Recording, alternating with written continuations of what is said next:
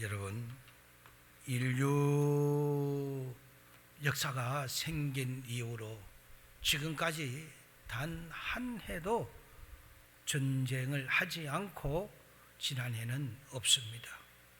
어느 나라와 어느 나라가 전쟁을 해도 전쟁을 하고 있기 때문입니다. 아담의 첫째 그 아들은 가인이 돌을 들어서 둘째 아들인 이 아벨을 쳐서 죽였습니다. 그 피를 땅에 흘린 그 이후로부터 시작해서 지금까지 인간의 역사는 피로서 적어놓은 역사에 불과한 것입니다. 사람은 어찌할 수 없이 물고 찢고 헐뜯고 싸우면서 살아왔습니다. 지금도 이 순간에 나라가 막대한 그 국가들의 예산을 들여서 군력의 정강을 위해서 경쟁을 하고 있습니다. 혹은 방어 무기를 혹은 공격 무기를 더 사납고 더 무섭고 더 파괴력이 강한 무기를 준비하기 위해서 나라마다 전력을 기울이고 있습니다. 이것은 언젠고 불시에 나라가 침략을 받을 때나 또는 그 나라를 보호하고 국민과 재산을 보호하겠다는 그런 의도에서 그렇게 하고 있는 것입니다. 우크라이나를 보십시오. 그 나라는 소련 영방 시절에 세계에서 세 번째로 많은 핵을 가지고 있었던 무시무시한 나라였습니다. 지나온 각 언론들을 살펴보면 1994년 12월 5일에 헝가리에서 있었던 이른바 부다페스트 서명식이 있었습니다. 당시만 해도 우크라이나는 세계 3위의 핵을 가진 보유국이었습니다. 소련이 과거 우크라이나 지역에 핵무기를 집중적으로 배치했는데 이후 소련이 해체되었습니다. 우크라이나는 그 핵무기를 그대로 떠안은 것입니다. 우크라이나가 처음부터 핵을 보유하겠다고 의도한 것은 아니었지만은 어쨌거나 핵탄도 장작 1700여 개와 대륙간 탄도 미사일은 ICBM 등 막강한 핵을 갖게 되었습니다. 우크라이나가 이 핵무기를 내놓고 포기하는 대신 서방의 강대국이랑 미국과 러시아와 영국이 그 나라의 독립과 안전을 보장해 주겠다는 것이 바로 부다페스트에서 일어난 양의 각서인 것입니다. 지금의 현실은 여러분 어떻습니까? 누가 뭐래도 이번 사태는 국제사회에서 냉전 이후 유지되었던 질서를 러시아가 깨뜨린 사건입니다. 각국은 이제 비현실적인 이 핏빛 전쟁의 촉각을 곤두세울 수밖에 없습니다. 당연히 한반도인 우리나라도 예외가 아닙니다. 다만 단기적으로는 미국이 우크라이나 정세에 집중하는 동안 북한이 그 레드라인을 넘을 가능성은 그리 높지 않다는 전망도 나왔습니다. 북한이 대륙간 미사일을 당장 쏜다고 해도 이 미국의 관심을 독차지할 수 있는 여건은 아직 아니라는 것입니다. 전면전이 벌어진 상황에서는 북한이 뭘 해도 전쟁을 해서 얻어낼 가성비가 맞지 않는 만큼 선제 공격을 해서 전쟁을 일으키려는 것은 아니라는 주장입니다. 그럼에도 북한은 연일 미사일을 쏘아 올리고 있고 우리나라도 이에 질세라 한국과 미국과 이제는 일본까지 합세해서 삼국이 군사 연합작전을 통하여 각종 핵 우산을 방어해 훈련을 주력하고 있는 실정입니다. 전쟁은 탐심입니다. 야욕입니다. 그래서 그 야욕에서 발생하는 것입니다. 북한도 이 전쟁의 야욕에서 벗어나야만이 진정한 그 나라도 평화가 찾아올 것입니다. 여러분, 세상 나라들만 그런 것이 아닙니다. 우리 예수 믿는 사람들도 끊임없이 영적인 도전을 받고 있는 것입니다. 우리의 주위에 눈에 안 보이는 영의 그 원수인 마귀와 그 종자들이 쉬지도 않고 우리를 도둑질하고 죽이고 멸망시키려고 하고 있지 않습니까? 여기에 대해서 사도 베드로는 말하기를 근신하라, 깨어라, 너희 대적 마귀가 우는 사자와 같이 두루두루 다니며 산길 자를 찾고 있나니 너희는 믿음을 굳게 해서 대적하라고 말씀하고 있습니다. 야고보서에 보면은 하나님을 가까이 하라, 저가 너를 가까이 하리라, 마귀를 대적하라, 그리하면 저가 너를 피하리라고 말씀했습니다. 예수님조차도 너희가 내 이름으로 귀신을 쫓아낼 것이라고 말한 것입니다. 그러므로 우리는 끊임없는 영적인 이 무서운 전쟁 상태에 놓여 있는 것입니다. 오늘 많은 예수 믿는 사람들의 이 전쟁에서 져서 그 영혼을 잃어버리는 사람이 부지기수입니다.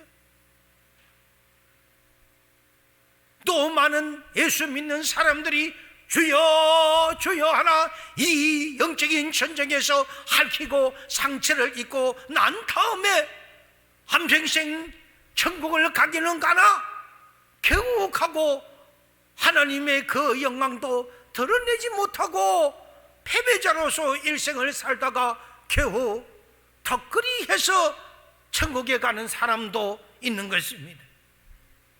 그러므로 오늘 이 시간에 우리는 영적인 전쟁에서 이겨야 합니다. 영적인 전쟁에서 우리의 자신을 지키고 영적인 전쟁에서 공격에 나가는 그 원수를 무찌르고 원수의 진을 점령하는 승리자다운 그런 시간인들이 되기를 위해서 우리는 무장을 해야 됩니다. 우리는 승리하기 위한 하나님의 그 예비해 주신 말씀의 갑옷 그 투구를 쓰고 전신갑주로서 영적 무장을 해야 합니다. 그러므로 우리는 어찌해야 할까요? 첫째, 하나님이 우리에게 전신갑주로서 무장하기를 원하는 것은 진리로서 허리띠를 띠라고 말하는 것입니다. 여러분, 허리는 우리 몸의 기둥입니다. 허리를 상하면 그 사람은 아무짝에도 설 수 없는 사람이 되고 마는 것입니다. 우리 몸의 기둥인 우리 마음의 중심을 그 진리로 허리띠를 띠라는 것이 하나님께서 아담과 하와를 하나님의 그 형상과 모양대로 빚어서 친히 예비한 그 에덴에 갖다 놓았지만은 아담과 하와가 마귀의 그 꼬임에 빠져서 넘어갔기 때문에 이 모든 것을 파멸시켜버리고 만 것입니다. 선악을 나는 실과의 그 나무 밑에 있을 때는 마귀가 와서 말을 했습니다. 너희가 이 가시를 먹는 날에는 눈이 밝아서 하나님처럼 된다고 말을 했습니다. 하나님은 엄격히 그 실과를 먹지 말라고 말을 했습니다. 먹는 날에는 너희가 정령 죽으리니 그리고 너희는 선과 악을 알게 하리라고 그 나무는 먹지 말라고 말씀을 하였습니다. 그러나 아담과 하와는 마귀의 그 미혹에 그 꼬임에 빠져 하와가 그 실과를 따먹고 그 남편에게 주매 그 남편도 먹고 하나님처럼 동등하게 되기는커녕 죄악의 눈이 밝아졌습니다. 선과 악을 알게 하는 나무는 막기 전에는 죄가 들어오지 않기 때문에 죄악이 뭔지를 몰랐습니다. 선만 존재했기 때문입니다. 그들이 선악과를 알게 하는 나무를 먹고 난 다음에 그들은 눈은 밝아졌지만 그들의 눈은 죄와 선을 알게 하는 눈이 밝아질 기에 그들은 먼저 벌거벗은 것을 알게 되고 수치와 그 곤욕과 고통 가운데 몸부림칠 수밖에 없었습니다. 그 범죄로 말미암아 심판을 받아서 에덴에서 저들은 쫓겨나게 되고 그 결과로 사망에 처하게 되고 그들의 사는 땅은 저주를 받아서 그 아름다웠던 에덴의 동산은 가시와 흥흥기가 나게 되고 그때로부터 시작해서 오늘날까지 인간은 죄와 병, 저주와 그 절망, 죽음에 시달려 왔던 것입니다.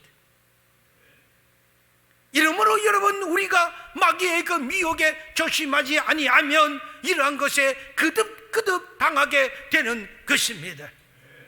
마귀는 우리에게 여러 가지 기회, 솔직한 거짓말을 가지고 와서 그럴듯하게 다가옵니다. 거짓말은 우리가 피하기 위해서는 진리의 그 띠로, 그 말씀의 띠로 우리가 띄어야만 됩니다. 그래야 무엇이 옳은지 그런지를 알게 됩니다. 그럼 이 진리가 무엇입니까? 바로 빌라도도 예수님 앞에 진리가 무엇이냐고 질문을 했었을 때, 여러분, 이 세상에 무엇이 진리입니까? 이 세상에 오직 진리는 하나밖에 없습니다. 두 개가 존재할 수가 없습니다. 이 길만이 미혹에 떨어지지 않는 유일한 길인데 그 길은 무엇이냐?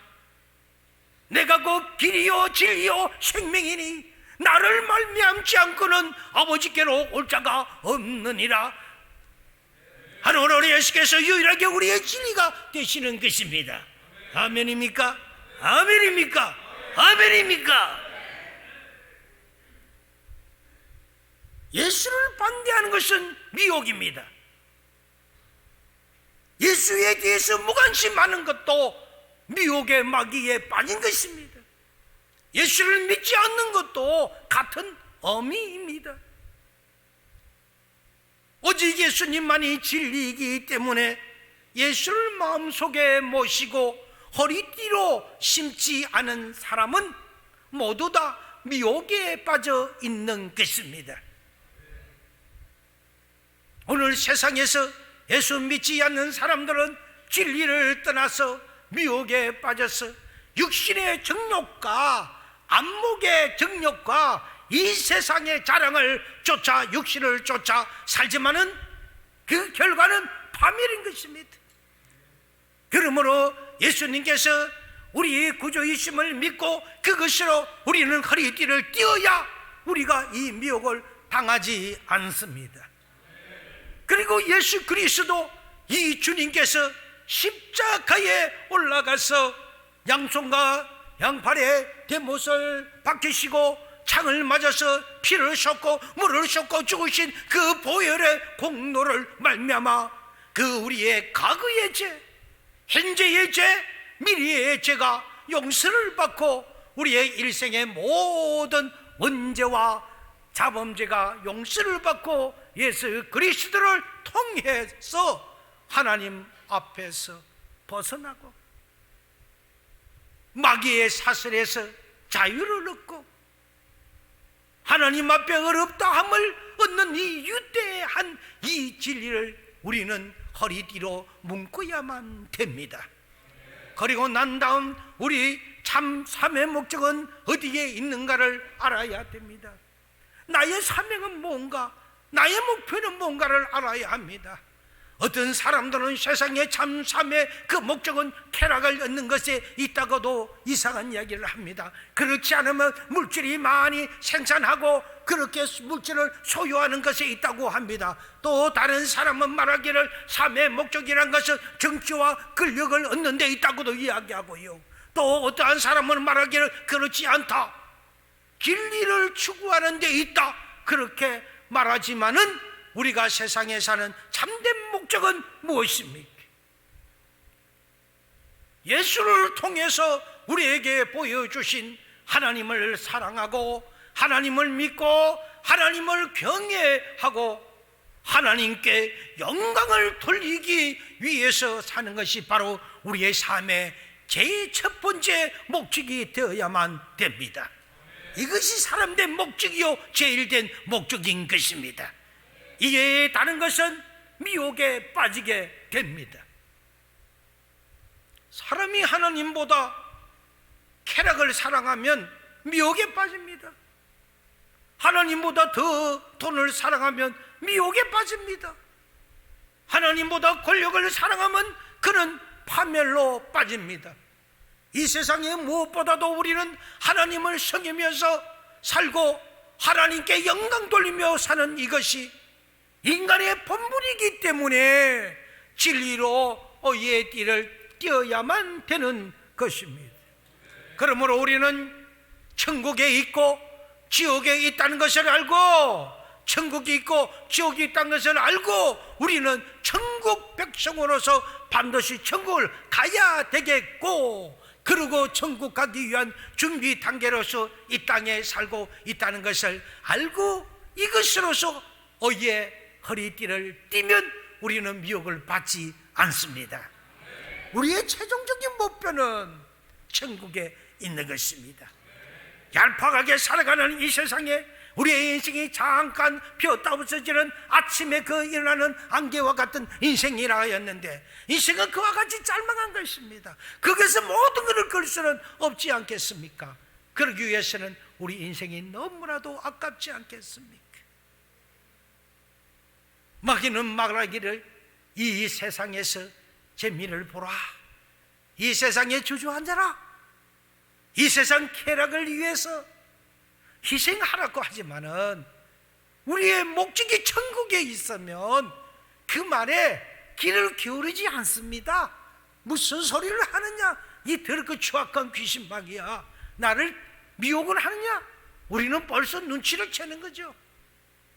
이러므로 이와 같은 우리는 진리로서 허리띠를 띄어야 미혹의 영에게 빠져들지 않고 멸망당하지 않습니다. 여러분, 그러기 위해서 말씀을 늘 가까이 하고, 좋습니다, 하루에 단 한 페이지라도 말씀을 읽고 아니면 한 구절이라도 그 소절이라도 말씀을 여러분 가까이 하십시오. 그렇지 않으면 찬양을 통해서라도 그 말씀을 생각하고 그 찬양을 묵상하고 찬양을 부르십시오. 이것이 우리가 의의 띠를 띠는 예수끼가 있는 것입니다. 예수장의 입술에서는 예수끼가 나와야 합니다. 찬양이 나와야 합니다. 예수 믿는 사람 입에서 이상한 유행 가요가 나오고 이상한 소리가 나오면 그건 예수끼가 없는 것이지요.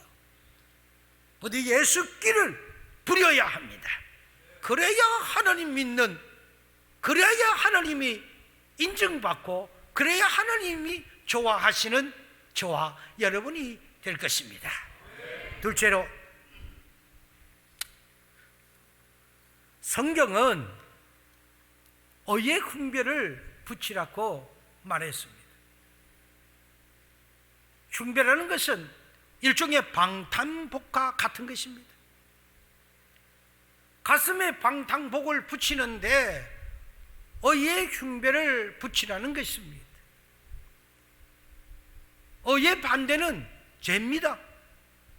죄는 헬라어로 하말티어입니다.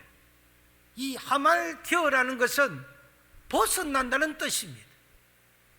활을 쏘는 사람이 관역을 그 통해서 활을 당겨서 그 실을 놓으면은 화살이 그 실을 떠나서 휙 날아가서 그 관역에 뚫어야 하는 것이 맹중입니다. 그것이 중심이 있는 것입니다. 그렇지 못하고 화살이 이 관역을 뚫지 못하고 좌로나 우로나 치우쳐 버리면 하말티어, 죄라고 말을 합니다. 이 하말티어, 하나님께서 아담과 하와를 지으셨을 때는 아담과 하와가 하나님 중심으로 있을 때는 하나님 중심 사상으로 섬기고 있었습니다. 즉 하나님밖에 몰랐기 때문입니다. 그러다 중심이 벗어났습니다. 마귀 꿰매에 빠져서 중심이 빗나갔기 때문에 죄가 들어왔고 그 죄의 불의가 되고 만 것입니다. 그런데 성경은 이제 의의 훈배를 우리에게 붙이라고 말을 합니다. 그럼 의는 무엇이냐? 하나님 중심으로 돌아오는 것이 의입니다. 어렵게 생각할 필요가 없습니다. 여러분께서 자나게나 먹거나 마시나 생각이나 말이 모두 다 하나님 중심으로 돌아올 때 여러분은 의로 돌아온 것이요 의의 흉배를 두른 것입니다. 그래서 우리 예수쟁이들은 영화를 한 편 보든가 드라마를 한 편 보도 그 결과는 모두가 성령을 통해서 하나님께서 어떻게 말씀하시고 나에게 주시는가, 나에게 어떤 느낌을 주시는가 하는 것을 그거를 연결해서 보아야 하는 것입니다. 이것이 의의 흉배를 가슴에 붙이는 것입니다. 결론은 뭡니까? 결론은 하나님께 영광이 되는 것입니다. 그래서 가슴에 하나님 중심을 믿고 하나님 중심으로 소망을 가지고 하나님 중심으로 사랑을 가지고서 살아갈 때 여러분은 의의 흉배를 붙인 것이요 그러므로 하나님 중심으로 서 있는 자는 여러분은 삐뚤게 절대로 빗나가지 않고 절대로 여러분은 어긋나지 않습니다. 마귀는 와서 이렇게 말을 합니다. 야, 이 사람아, 그렇게 곱게 하나님 중심으로 살 게 뭐냐? 좀 엄난도 하고 좀 간음도 하고 좀 적당하게 방탕도 하고 좀 해라. 빗나가야 인생을 사는 것이다. 그래서 지야 좋다 부어라 마시라 이렇게 좀 하고 또 마귀는 와서 우리에게 우상을 숭배도 하고 점떠치러 다니고 무당의 국거리도 좀 해라. 그래서 네 앞일도 좀 마귀들이 좀 맞추지 않겠느냐. 이렇게 마귀는 우리에게 솔깃하게 이야기를 하고 옵니다. 전부 그러한 이야기들은 마귀가 주는 것이므로 우리는 단판에 그의 성령의 금으로 우리는 잘라버려야 하는 것입니다. 그렇지 않으면 감정적인 죄로 미움과 분노시기 질투를 해서 치고받고 그래도 상관없다. 마귀는 그렇게 또 우리에게 속삭입니다. 한 걸음 더 빗나가도 상관이 없느니라고 지속적으로 우리를 유혹합니다. 그리고 술 취하고 방탕하고 도박하고 어때? 어느 날 마귀는 결사적으로 여러분에게 의의 흉배를 벗겨내야 한다고 말을 합니다. 하나님 중심으로 사는 삶을 벗겨내고 비껴나게 하려고 하는 것이 마귀의 그 사명입니다. 그래서 죄짓게 만들어서 결국 죄짓게 만들어서 죄에 감은 사망 위에 죽게 만드는 것이 그 마귀의 궁극적인 목적입니다. 그러나 빗나간 인생은 그 길로 돌이키지 않고 내버려 두면 버림을 당하고 마는 것이죠. 영원한 지옥에 버림을 당하고 영원히 불타게 되는 비극 속에 들어서게 되는 것입니다. 그러나 신속히 돌이켜서 회개하고 하나님 중심으로 그 관역을 향해서 날아가는 화살처럼 의의 흉배를 붙이고 하나님 중심으로 서게 될 때 마귀는 한 길로 와서 7길로 도망가게 될 것입니다. 사랑하는 여러분, 회개와 상과 그 하나님의 중심으로 살아가시기를 주의 이름으로 축원드립니다. 셋째로 믿음의 방패를 가지라고 했습니다. 싸우면 자꾸 적이 활을 쏩니다. 이 성경에서는 원수 마귀가 화전을 쏜다고 했습니다. 화살을 쏜다고 것이죠. 불붙은 화살을 쏘아서 우리를 불태워버리고 그래서 멸망하게 만들려고 하는 것이죠. 그런데 마귀가 쏘는 그 화살은 어디에 꽂히느냐? 마귀는 우리의 그 환경을 통해서 화살을 쏩니다. 우리 범사의 마귀가 항상 그 마귀는 마귀들의 역사를 우리 애들이 하고 있기 때문인 것입니다. 그래서 분별력이 있어야 합니다. 그 분별력의 중심은 말씀입니다. 우리의 인간의 그 감각을 통해서 화살을 쏩니다. 인간의 생각을 통해서 화살을 쏩니다. 그래서 너희 환경을 보아라 하고 마귀는 이야기합니다. 이제 절단난 거 아니냐? 너희 그 환경이 이제는 망했다. 이제는 완전히 절단이다. 한번 너를 돌아보아라. 눈을 보고 귀를 돋고 냄새를 맡고 맛보고 손으로 만져보아라. 그리고 감격적으로 생각해봐라. 너는 이제 끝장나지 않았느냐고. 너 인간으로 생각해보아라. 너 이제 모든 것이 이제는 남지 않았도다. 너는 끝장나지 않느냐고. 그렇게 마귀는 실사임 없이 우리에게 속삭입니다.